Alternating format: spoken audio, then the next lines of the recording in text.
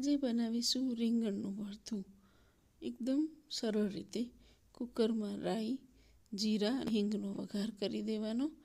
વઘાર મૂક્યો ત્યાં સુધી બાજુમાં સમારીને રાખ્યું છે લસણ, આદું, મરચાં, ડુંગળી, ટામેટાં અને થોડુંક ગાજર. વઘાર આવે એટલે આ બધું નાખી દેવાનું છે. એક બાજુ બાફીને રાખ્યા છે મોટા કાળા ભટ્ટા, જેને છોલી અને આપણે ક્રશ કરીને રાખવાના છે. આપણે પોટેટો મેસરથી એને વાટીને તૈયાર કરીને રાખવાના છે.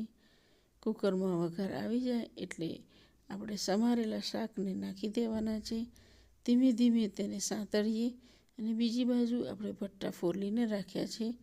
અને હવે આ શાકની અંદર મસાલા કરીશું, જેથી મસાલા તેલ અને પાણીની સાથે એકદમ ભળી જાય અને ચડી જાય. આપણે હવે એમાં પહેલાં સૂકા મસાલા નાખીશું. અડધી ચમચી હળદર, 2 ચમચી જેટલું લાલ મરચું, 1 ચમચી ધાણા જીરાનો પાવડર અને મીઠું. પણ મીઠું આપણે ભટ્ટાની બાફતી વખતે નાખ્યું છે એટલે સપ્રમાણ નાખવાનું, જેથી વધારે ન પડી જાય. આમાં ગળપણ માટે ગાજરનો ટુકડો નાખ્યો છે એટલે અલગથી ગળપણ નાખવાની જરૂર નથી. આ બધું જ અંદર નાખી અને એમાં બાફેલા ભટ્ટા નાખી દેવાના અને પછી કુકર વાખી અને એની 2 થી 3 સીટી ફરીથી બોલાવી દેવાની.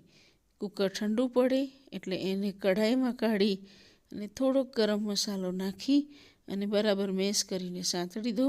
બાજરીનો રોટલો અને ગરમા ગરમ રીંગણનો ઓળો કે બેંગન કા ભરતા કહેવાય એ ટિફિનમાં પણ ભરી શકાય એવી ઝડપથી બની જાય એવી રેસીપી. ખૂબ જ ઝડપથી બને છે.